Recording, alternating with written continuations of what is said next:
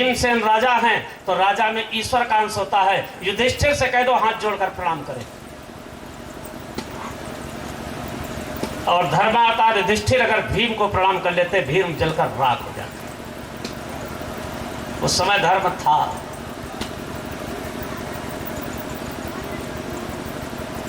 कुराज दुर्योधन ने कहा, गांडीवधारी अर्जुन, युधिष्ठिर से कह दो भीमसेन को प्रणाम करे।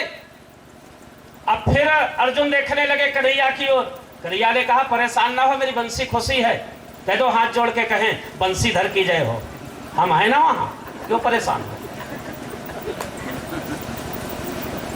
अर्जुन ने जाकर के युधिष्ठिर के कान में कहा।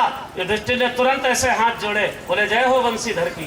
मन ही मन को कहना, कन्हैया की बंसी भीमसेन के बगल में फंसी है। उन्होंने बंसीधर को प्रणाम किया।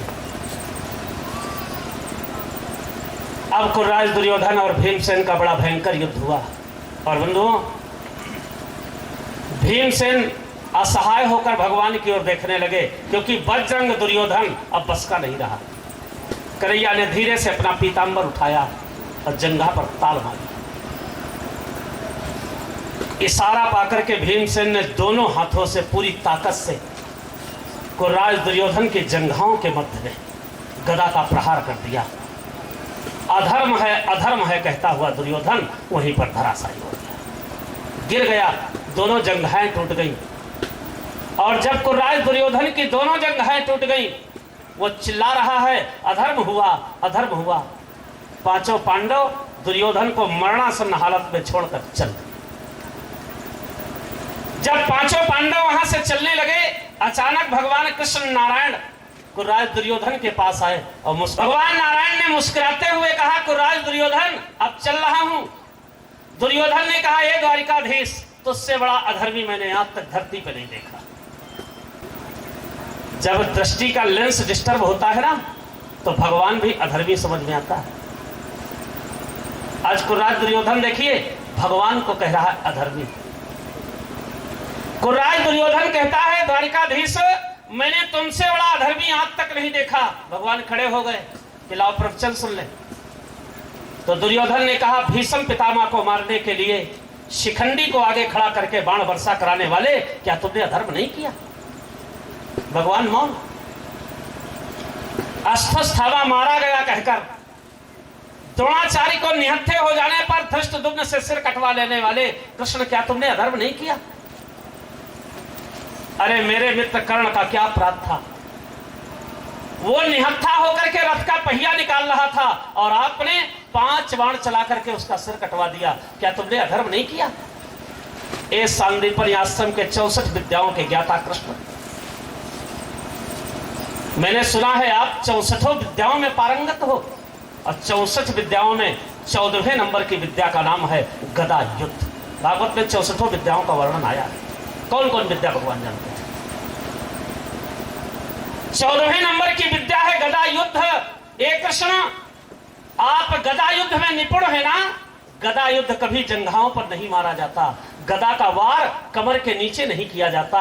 मेरी जंघाओं को तोड़ने वाले, क्या तूने अधर्म का सहारा नहीं लिया? दुर्योधन मौन हो गया। भगवान ने कहा, प्रवचन पूरा हुआ तो अब मैं श्लोक पूरे कर दूं। दुर्योधन ने कहा, तू हमें क्या बताएगा? तेरे जैसा मैंने अधर्मी नहीं देखा। तो भगवान ने कहा, फिर अब ध्यान से सुनो। यदि भीमसेन के लड्डुओं में जहर मिलाकर के भीम को मारने का प्रयास करना धर्म है, तो शिखंडी को आगे खड़ा करके बाण वर्षा करा देना धर्म ही तो है। यदि 12 बजे रात के अंधेरे में लाख का भवन बनवा करके सोते हुए पांडवों को जला करके मारने का प्रयास करना धर्म है, तो अश्वत्थामा मारा गया कहकर द्रोणाचार्य का सिर काट लेना धर्म ही तो है। अरे कुर्राज दुर्योधन, एक अर्जुन ने एक कर्ण का सिर काटा है ना, मुझे याद है वो दृश्य। 7 महारथी, 49 रथी और 5 छौड़ी सेना ने मिलकर मेरे भांजे अभिमन्यु को मारा था। 7 महारथी, और एक महारथी के अंदर में 7 रथी होते हैं, 49 रथी और 3 छौड़ी सेना। और जानते हो बंधुओं अभिमन्यु कैसे मारा गया? जब अभिमन्यु ने छठवां द्वार तोड़ा, दुशासन को हरा दिया। ध्यान दें, जब अभिमन्यु ने दुशासन को परास्त कर दिया तो दुशासन ने तलवार फेंक दी और दोनों हाथ ऐसे उठाए और रथ से नीचे उतरने लगा और ये कहते हुए उतरा, तू तो गांडीवधारी अर्जुन को भी पीछे कर गया, मेरे भतीजे आ मेरे गले से लग जा। दुशासन ने जब अस्त्र फेंक दिया, अभिमन्यु ने भी तलवार फेंक दी और जब चाचा से गले मिलने के लिए अभिमन्यु चला है, उस समय द्रोणाचार्य ने कहा है आक्रमण। बंधु युद्ध तो महाभारत का बड़ा भयानक हुआ, लेकिन अभिमन्यु जैसी मृत्यु किसी की नहीं। अभिमन्यु जैसा योद्धा कौन होगा जो 7 महारथियों को परास्त कर चुका है, 49 रथी हरा चुका है और 3 अक्षौहिणी सेना के बीच में अकेला घेरा गया। और बंधुओं इतने लोगों ने एक साथ बाण वर्षा किया है, अभिमन्यु ने फिर भी एक पहिया मात्र लेकर के 3 घंटे तक रणभूमि में डटा। भगवान नारायण के नेत्रों में आंसू आ गए, बोले क्या कह रहे हो दुर्योधन, मैंने कर्ण को मार दिया। अभिमन्यु मेरा शिष्य भी था, मैं उसका पालक भी हूं। जब पांडव वनवास में थे, अभिमन्यु का जन्म हुआ था, मेरी बहन का लड़का था, भांजा था, मैंने उसको पाला है, पालक हूं। मैंने उसको विद्याएं सिखाया, गुरु हूं, और वो मेरी बहन का लड़का है, इसलिए मैं उसका मामा हूं, वो मेरा भांजा था सदा।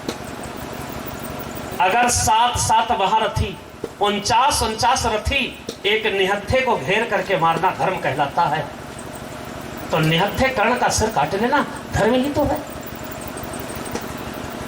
और रही बात कुर्राज दुर्योधन तेरी जंघाओं की, सही बोलूं तेरी जंघाएं तो उसी दिन छोटे भाई की पत्नी को कह दिया था बैठ जा। तेरी जंघाएं तो उसी दिन टूट गई थी आत्ताई दुर्योधन, वो तो मैंने अभी तक सुरक्षित रखा, केवल ये दिन दिखाने के लिए कि अपनी मौत का दर्शन कर, अपने परिवार की मृत्यु का दर्शन। जहां उचित उत्तर दिया भगवान ने, दुर्योधन मौन हो गया। और यहीं से भागवत महापुराण का अब प्रारंभीकरण होगा, क्योंकि भागवत की शुरुआत कब, दुर्योधन मर जाए तब।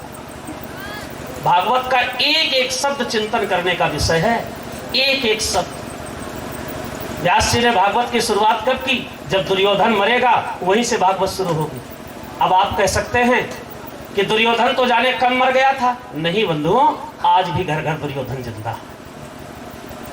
दुर्योधन किसी व्यक्ति का नाम नहीं है, दुर्योधन प्रवृत्ति का नाम है। मैं परिभाषा बता दूं, जो दूसरे के धन को अपना बनाना चाहते हैं, जो दूसरे के राज्य को अपना बनाना चाहते हैं, जो दूसरे की पत्नी को अपना बनाना चाहते हैं, उन्हीं का नाम दुर्योधन है। और ऐसे दुर्योधन तुम्हें हर घर में मिलेंगे, इस गांव को छोड़कर।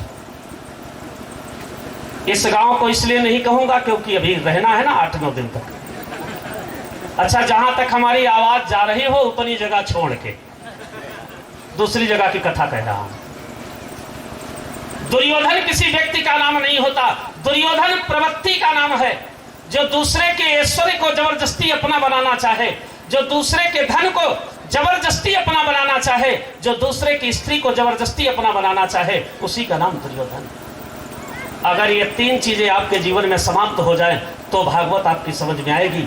अगर दुर्योधन जिंदा है तो ये भागवत समझ में आने वाली नहीं है। जय जय श्रीमद् भागवत महापुराण अंतर्गत प्रथम स्कंद पर्यंतः कुर्राज दुर्योधन वध परिपूर्ण। बोलो वृंदावन बिहारी लाल की जय।